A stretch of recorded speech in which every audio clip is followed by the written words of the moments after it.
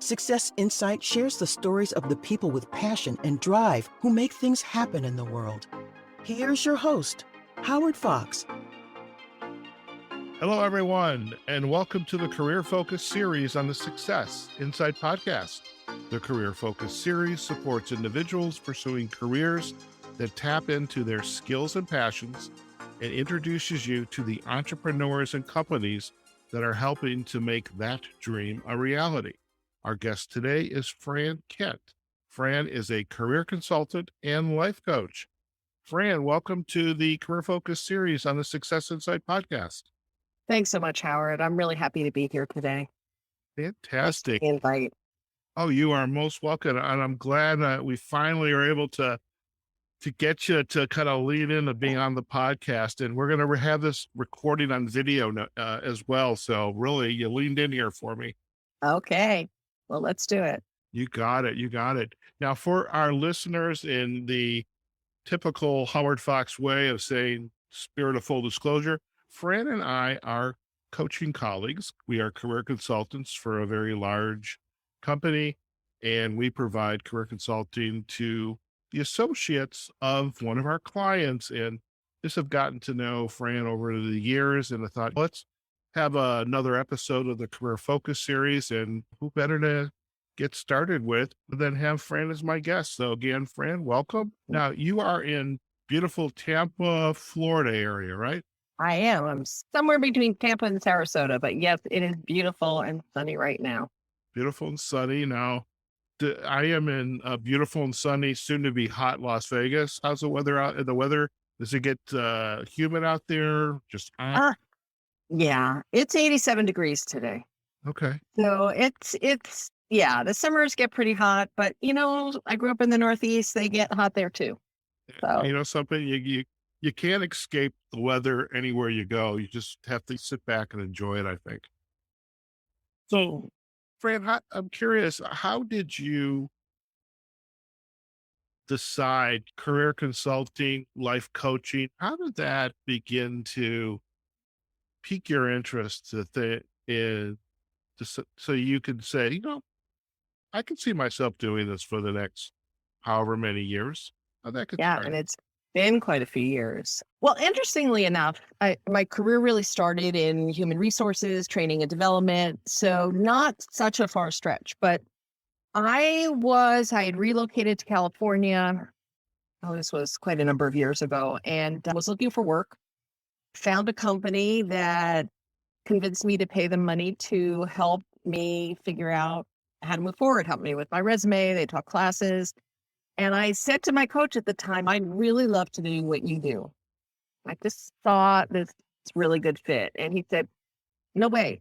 He said, you need, 20 years as an executive in a company and all this experience. And I said, I don't know. So down the road a little bit, we relocated back to the Northeast, did some volunteer work with a local community service that was helping people with their careers, and lucked out through networking and got on with a very big firm in the area, and kind of the rest is history. So that was back, I don't know if I should say so you know how old I am, but that was back in 96, and that was not the start of my career, but that was my start in this field.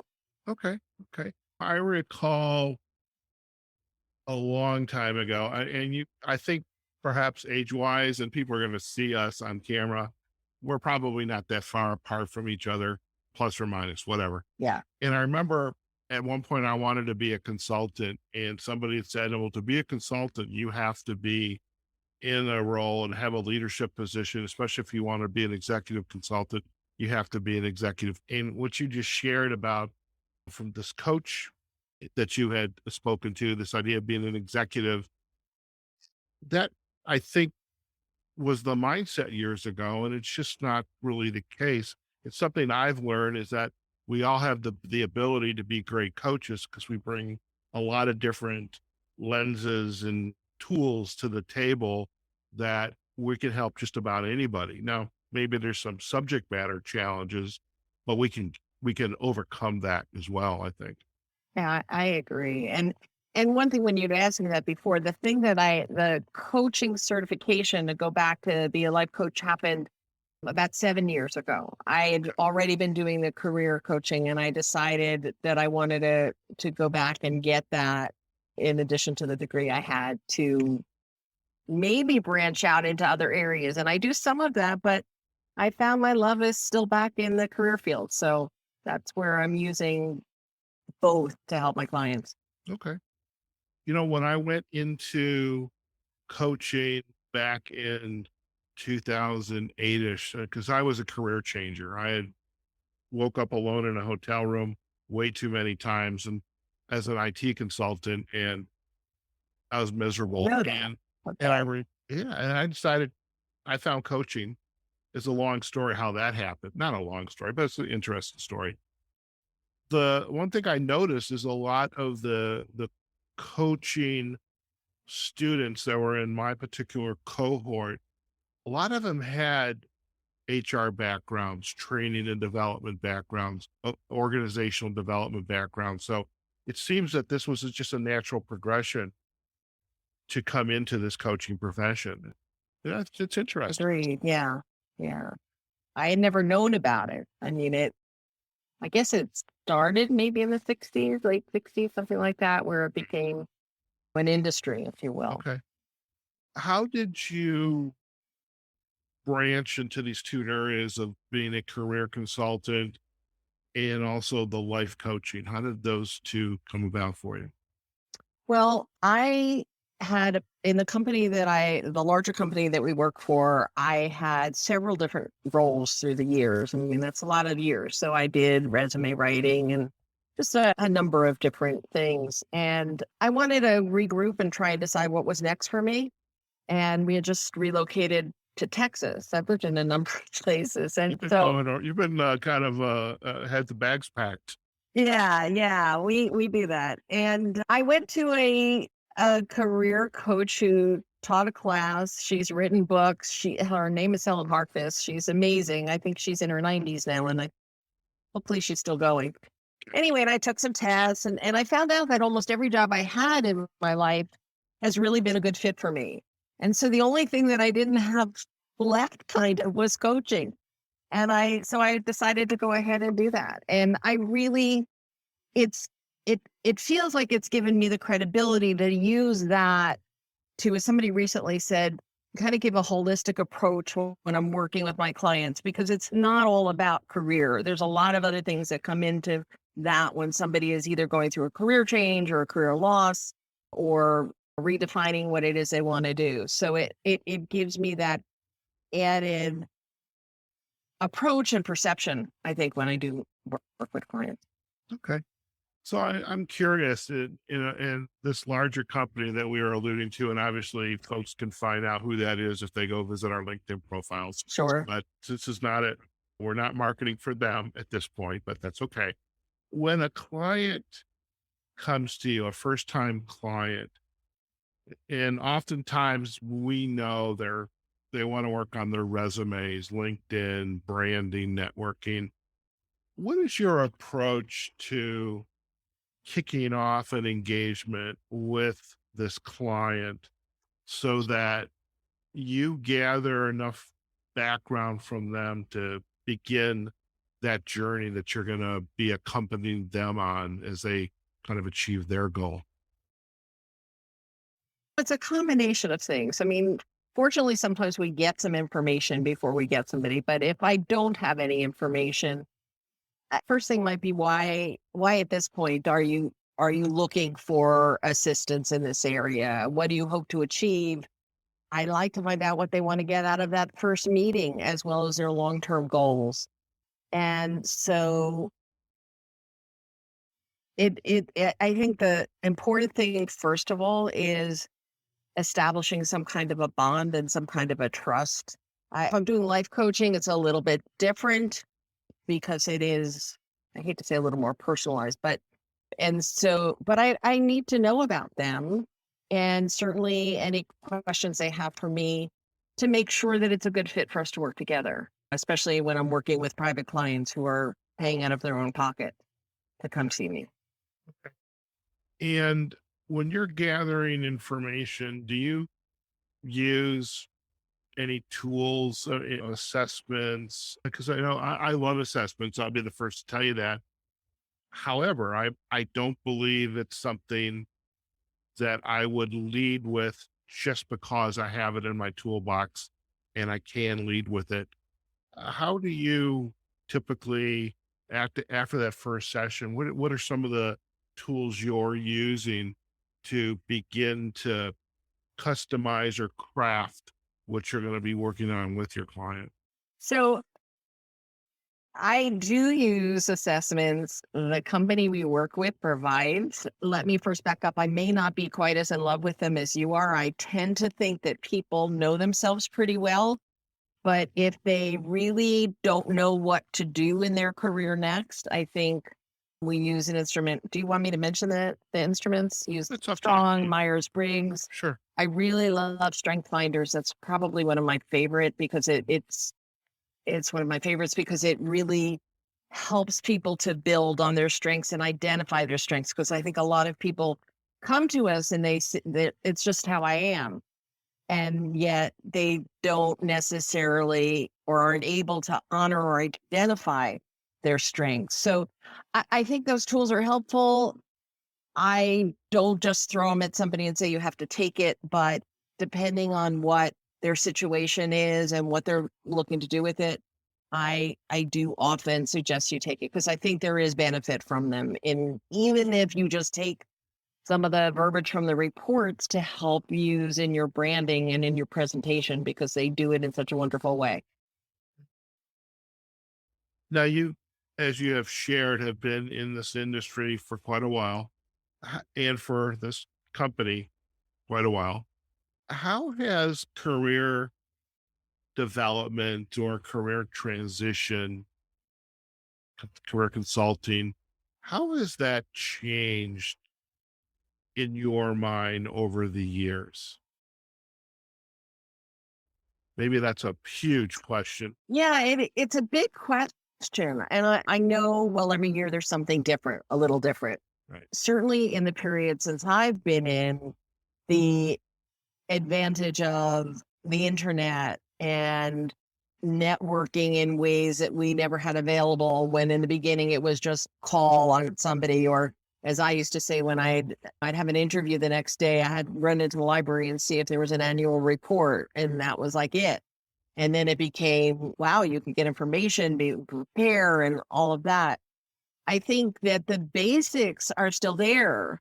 I think networking is still important, even though there's so much online. And then if you combine it, if you see jobs online and combine it, so there's a lot, a lot more approaches and resources. And I mean, to my understanding, the early days of career coaching was even more of a psychological background. A lot of the coaches had. So I think that there's more of a, okay, let's get these things done, get these tools ready. But again, when I started, the people would come into the office because we had computers. Now, how many people don't have a computer at home anymore to do whatever work? So I think all those tools help people. I think they're also more helpful to people who are afraid to network because you don't necessarily just have to pick up the phone to call somebody or glad handed at some professional meeting. And so, yeah. And then there's always something different for resume, something a little bit different to tweak it. Oh yeah. Oh yeah. So I'm curious with COVID, and I came into this organization right as COVID was literally Yeah. taking off. And all of a sudden, rather than being in an office, I'm working out of the comfort of my home. What is your preference in working with your clients? If you could snap your fingers, would you be in person with the client, or do you mind doing this virtual? What are your thoughts there? Well, I did virtual years ago when we didn't have Zoom or anything and it was just phone. And so I really developed my hearing, listening skills in a way, but there were some pieces missing. I I mean, for a number of reasons, I really love working from home. One is the convenience of it. Two, I had a very long drive Yeah. And with Zoom, most people are comfortable with it. And so once I got comfortable with it, I'm really happy with it. So I if we had it, or if there's some people who I did have one or two clients in the beginning who said, I'm not gonna come until we go back to the office because I don't want to meet virtually, but I'm really comfortable with it. And Yeah. I might even prefer it because also there's not, wasted time. If somebody's doing something else, 2 minutes later, they can be on the call with me as opposed to having to come to an office or something like that. So, Sure. Like you, I've been very comfortable working virtual. I mean, I would every once in a while, it's nice to go meet somebody face to face, sure. but I'm comfortable with it. I'm curious with clients today, especially in the career consulting side of the work that we do. It seems to me that there's a lot of folks these days, maybe they've decided they're not going to go and get an associate's, a bachelor's, a master's degree, et cetera. What is their comments to you, or what are your thoughts? I should perhaps maybe a better question in ongoing professional development, because my sense is, Fran, in this day and age, doesn't matter if you have a degree, if you're not continuing to develop yourself, you're very quickly going to be behind the curve. Yeah, I agree with you. I think continuing to develop, whether it's on your own, there's so many resources, some free, some paid for out there. As far as the degree, it really, I think it depends on what people are wanting to do if they're doing it. I have somebody that recently really wanted to be in technology, and he paid a lot of money for this boot camp, and hopefully when he gets out, but he worked really hard at it, and so I think that the sense I get from companies is that they're not necessarily requiring it. A lot of the shift that I'm seeing is a degree and or comparable experience or appropriate experience. So that is lessening. The other thing is I would say, and this is kind of advice I always give before you decide to invest money and time in any kind of development, talk to people who are doing what you think you want to do, because you may find out that the place you're getting the training from or the school you don't need, or it's not the right thing. And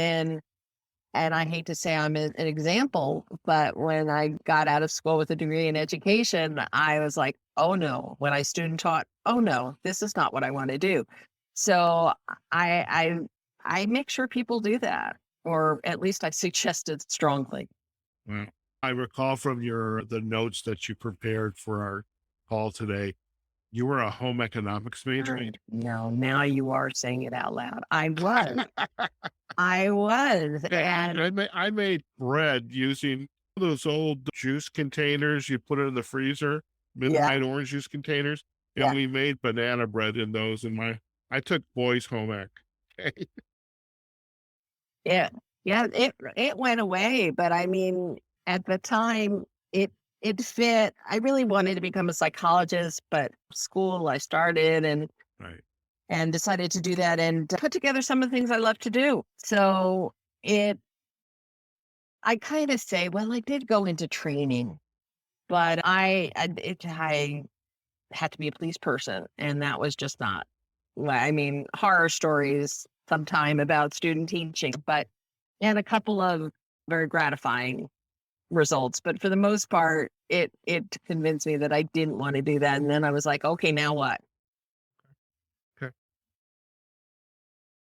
Thinking about the career consulting that we do, what's some advice you would give to an individual if they came to you and they said, Fran, I just don't want to do this anymore. I can't do it. I'm tired. I need something new. I need to find what's next. What kind of advice would you give them initially?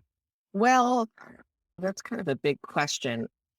I'd probably start asking some questions. And I had a conversation with somebody actually the other day who was like, I can't do this anymore. I just can't. And I have this opportunity. I'm going to be networking or I'm going to be at a thing. I was like, you have got to figure out something that you want to move toward because nobody's going to be able to help you if all you know is what you don't want. So even if you're guessing, let's look at whether we do assessments, whether you say, these are some of the things that really I do on the side. So sometimes we have to find that. I always try and ask, do you have a dream job? Because sometimes they do and they don't tell me.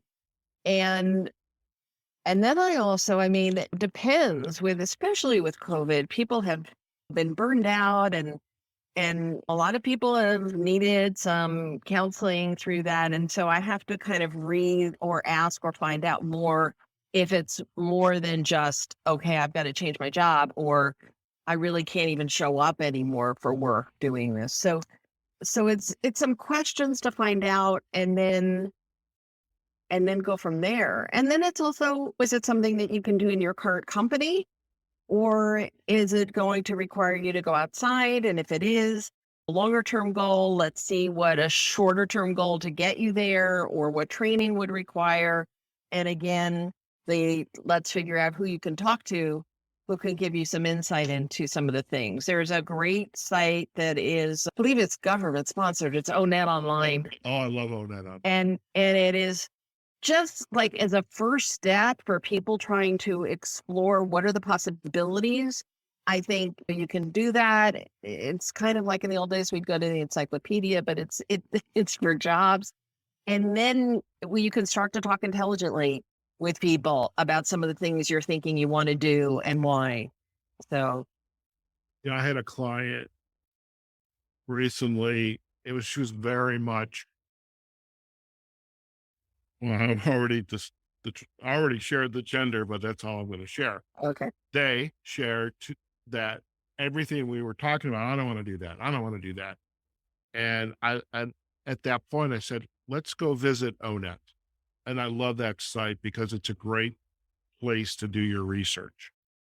And then from there, you can begin to learn how to network and have informational interviews and find people who are doing work. And you get to discover, is this something that I could see myself doing? Let's talk a little bit, if we could, about life coaching. And I remember when I first went into coaching, and the first thing out of somebody's mouth the first thing out of someone's mouth when I said, yes, I'm a coach. Well, what sport do you coach at? You probably still get that. Sure. And, I'm a big guy, so maybe I coach football or baseball or soccer, whatever. Yeah. The next question, if I didn't get that first one, was, oh, you're a life coach. Now, my feeling is everybody's a life coach. We are all life coaches in some shape or fashion, but what is life coaching for you and your work, Fran? Okay. So you mean separate from career coaching? Are you asking me? Separate from career coaching. Okay. So or does it overlap for you? it really overlaps because I have a couple of private clients in life coaching, but the career keeps drawing me back into it. And so that's really where more of my time and clients are coming to me for. But, one client that I have said, I want to, and this was quite a while ago, I want to be happy. How can you help me? And I'm like, yeah, let's figure this out. So it depends. There's some people that it might be related to career, it might be related to life, it might be related to motivation to move forward in some area that they didn't want to, or trying to let go of the term that coaches often use, are saboteurs, the things that crop up and think they're keeping us safe, but prevent us from moving forward. And how do you deal with that? And so it really depends. But honestly, and this is probably why I asked the question I asked you is, and maybe I shouldn't be going on record in this, but I really, in the work I do as career coach, I bring that into it because I think it's valuable. And I can tell people what to do, but the truth is, yeah, some of the stuff with careers they don't know, but a lot of the stuff they do know. Yeah. So it's helping them to figure it out. I have a client that I've worked with, and I just remember it was a hard first meeting because they were just struggling. And they also had a very successful track record in a prior profession, which some of those same skills and expertise could be applicable to what they're doing today.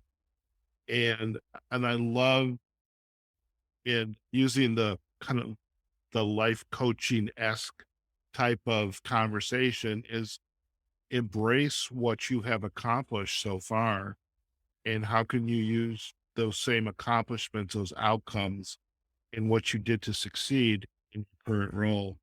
And can I don't want to take, were you going to say Go something ahead. else? I was just going to say, and what sometimes people think, and I think it builds on that is they're like, I'm starting from scratch.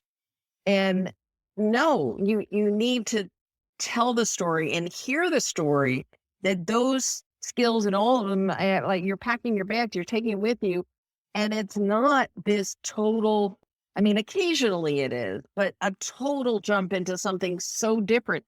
But if you see that, other people are going to be seeing that, and it's going to be a harder convince for them to see how there's a good fit. So I think part of it is to help people to see what you're saying, that they've got the value of transferable skills, and to really own that before they start going out and saying to people, I'm making a career switch.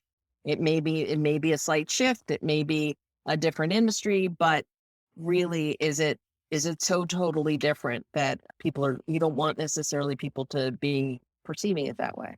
Does that make sense? Sure does. Sure does. As you look back on your career, Fran, any insights for our listeners in what you have done to keep that joy alive for you? I mean, 25 years ish. I'm sorry, I Well, can't. fun. I'm sorry. I No, can't. I said 96. Oh, wow. Um, Because that's a career. I mean, that is a career. it is. Yeah. It is.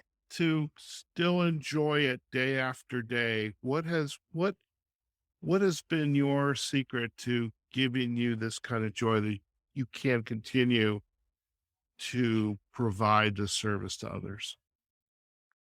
Um, that's a good question. I'm a coach. I ask good questions. Yeah, right on. I think just seeing each person individually is an important piece. I don't go in meeting somebody for the first time with a preconceived notion of what we're going to get done or what this person is going to need, even if they filled out a little form, because we're talking at something else. And I have an aunt. Can I just share this? I have an aunt who's now like 96. She just turned 96. Oh, wow. And not everybody loved her questions, but she has always in her life asked whatever question she wanted of people. And I learned questioning skills from her. And I love to uncover and learn about people. So there's that piece of it. Like each person is unique. And if I can help them, and my entire career has kind of been in a world, whatever it was I did, of helping people to achieve their goals and feel better about themselves, whatever. And so if I can do that and I can continue to do that, I love it. One of the things I said, the light bulbs go off when they see a resume that they're like, really, I'm good. I've got value here, or I never thought of it that way before, whatever it is. And there's all these different pieces to it. And I see it differently. I see it as a challenge and kind of mission and purpose in my life. Fantastic. I appreciate that. And I Thank know you. our audience will as well. Now, in the show notes that you sent us so we can prepare for today's episode, you introduced this idea, Wednesday wisdom and inspiration. Share more, if you would, about what is that? Well, it it evolved. I have really for a long time been a fan of affirmations and Louise Hay and a lot of that stuff. And I would use that in my coaching with my clients. That said, when we went home and in the beginning, when COVID started, I thought it's going to be 2 weeks or whatever. I don't know what we all thought it was going to be, but certainly not what it was. And so I started sending out a daily something positive to my clients, and they shifted the tools that we could use. And so I had to do it through email. And so I just said, okay, once a week. Otherwise, it would just be too much for people. And then it's evolved to this Wednesday Wisdom and Inspiration. So for over 2 years, I've been doing something like that, and almost the full 2 years doing this weekly. And so it's a combination of things. It just goes to my clients. So hopefully I'm not in any copyright laws, reading laws, but so whether it is a podcast or a TED Talk, something I heard based on just a sense I get of what's going on this week with the clients, what challenges I might see, introducing some new resource. And then I look for different affirmations to go along with it. I try and keep it so it'll fit for everybody, because not everybody's going through the same thing, but I get a lot of positive feedback. Sometimes I don't hear from somebody for a while, and then all of a sudden they'll tell me those. I really look forward to those. Keep doing it. I offer to stop if anybody wanted me to, and it takes some time to curate this, but I love doing it, and it has kind of become. I don't know when would be a right time to stop it, because I guess when the time comes that I can't think of another topic. Okay. But it's been good. Excellent. When I host my Outdoor Adventure Series podcast, I always ask my guests, especially if they are authors or photographers, would you mind sharing some pictures for us we can share on our website pages for the podcast? And so, and I share with them, I'm a very opportunistic podcaster. And so in the spirit of me being opportunistic, I want to get on that list, Fran. What do I need I to do? didn't know you weren't. Yeah, there was, I don't know. Maybe it was I think it was just our team that I decided to do it. And if anybody wanted to keep doing it, I will absolutely do that. I'll even send you a couple of back ones. I'd be happy Right. to. Perfect. Perfect. And now, and I know we're going to share the ways our listeners can learn more about you and your work, and we'll include how they potentially can, if it is open to new listeners, to take advantage from your Wednesday wisdom and inspiration. I think it's wonderful.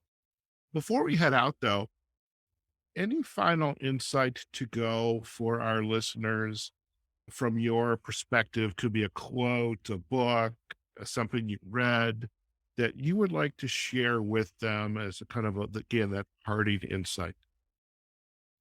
Yeah, and there's something I did write down for you, and I want to stick with that. It sometimes you just have to show up. Like even this, you had Great, by the way. Thank you. Had told me, had asked me a while ago, and I was like, I went through all this stuff, and then a couple of weeks ago, you put it out to the larger group. It was after we were having some discussion, like, yeah, maybe that would be fun, and maybe there would be some value to it. But this just show up, and it doesn't have to. It changed a little bit with being at home, but I think sometimes we don't know who we're going to run across, who we're going to meet, what we're going to learn, and where it might lead. And so I'll say to people, look at that. You showed up, and it made all the difference. And I think it's simple, it's memorable. And sometimes I have to remind myself, be willing to show up. So Fantastic. Well, I'm glad you finally showed up and thank you're you. here today as our guest in the Career Focus series on the Success Insight Thanks again. podcast. It's been great. Thanks so Well, much, Howard. you're very welcome. Now, before we actually head out, if our listeners would like to learn more about you and your work, perhaps even to request to be included on your Wednesday Wisdom and Inspiration email, where are the best places for them to go to find you? I think the best place really is my LinkedIn profile. And it is Fran Kent Coaching. And you'll see a picture, looks kind of like me, with a scarf on. I will say one thing, and and I have to use humor, but when I finally changed my LinkedIn picture, I hadn't changed it for 15 years. Right. And I changed it overnight. I was 15 years older. It freaked me out.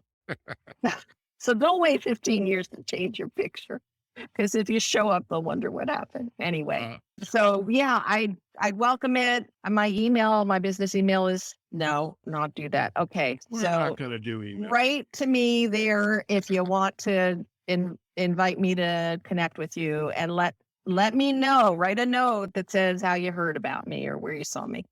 That's Okay. the perfect way. They can go on LinkedIn. They can Mhm. click connect. They can select write a note and say, Fran, I heard you on the Career Focus series on Success Insight.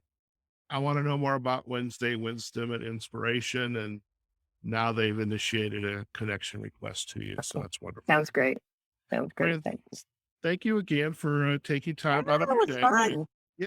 See, I told You you. promise. I promise. You It's like promise. having a beverage with a friend that you haven't seen in the last 15 years. I mean, it's a very comfortable I think this is the most we've ever had a chance to talk. So yeah, Yeah, very we're good. all busy doing our own thing. So This is true. Well, thank you anyway, again. all So right. stay on the line. We're going to do a quick close and you and I Okay. final chat. All right. Great. Right. Thanks. Okay, folks, what a wonderful episode today for the Career Focus series on the Success Insight podcast. Our guest was Fran Kent, career consultant and life coach, and really just, believe it or not, we covered a lot of information today. The not only the journey Fran was on, but also the journey that clients like that work with Fran are going on, and how she helps navigate she helps them to navigate. By the way, it's the beauty of podcasting. Well, not so much, because we're going to be putting this video up on YouTube, so you get the good, the bad, and the ugly.